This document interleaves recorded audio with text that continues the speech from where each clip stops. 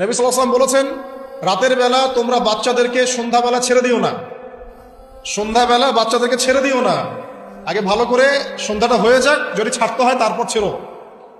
তারপর রাতের রাত যখন গভীর হবে তখন তোমরা এলো পাথালি ঘোরাফেরা করো না, রাস্তাঘাটে বনে জঙ্গলে ঘোরাফেরা করো না, কারণ এই সময় এমন কিছু মাখলুককে আল্লাহ পাক ছেড়ে দেন যাদেরকে তোমরা দেখো না।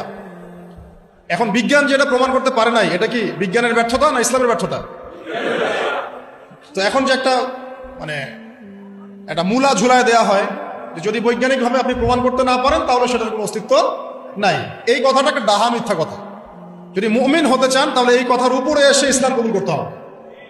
যদি মুমিন মুসলিম হতে চান এই কনসেপ্টটার ঊর্ধ্বে এসে ইসলাম কবুল করতে হবে। আল্লাহ রব্বুল আলামিন এবং তার রাসূল যা বলেছেন সেটাই চূড়ান্ত সত্য, সেটা আমরা প্রমাণ করতে পারি বা না পারি, এটাকে অন্ধভাবেই বিশ্বাস করতে হবে। এটাই হচ্ছে একটা মৌলবাদী কনসেপ্ট। আর এভাবে ইসলামের মৌলিক বিষয়গুলোকে না মানলে কেউ মুসলিমই হবে না।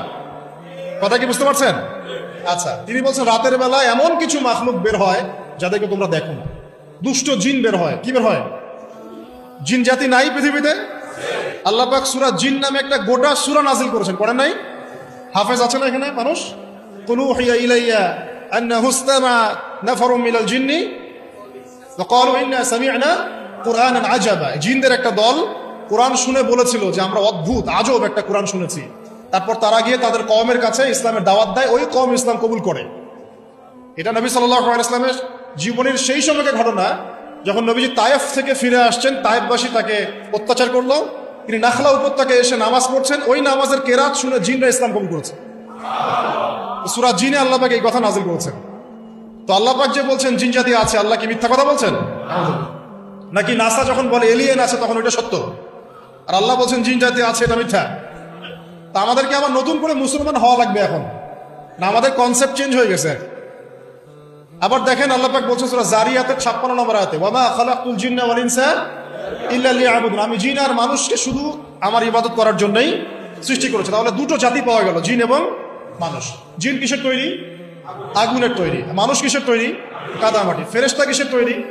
নূরের তৈরি। তো এই যে সৃষ্টির বৈচিত্র্য, এটা কার সৃষ্টি?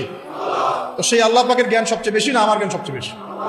সে আল্লাহর পক্ষ থেকে যখন কোরআন এবং হাদিস নাজিল হবে তা আমি অন্ধভাবে মানবো না, নাকি আমি আল্লাহকে চ্যালেঞ্জ করবো ইবলিসের মতো? ইবলিস আল্লাহকে চ্যালেঞ্জ করছে না, খালাকতানি মিন নার ওয়া খালাকতাহু মিন তিন, আমি কেন আদমকে সেজদা করতে যাব? আমি কেন আদমকে সেজদা করতে যাব?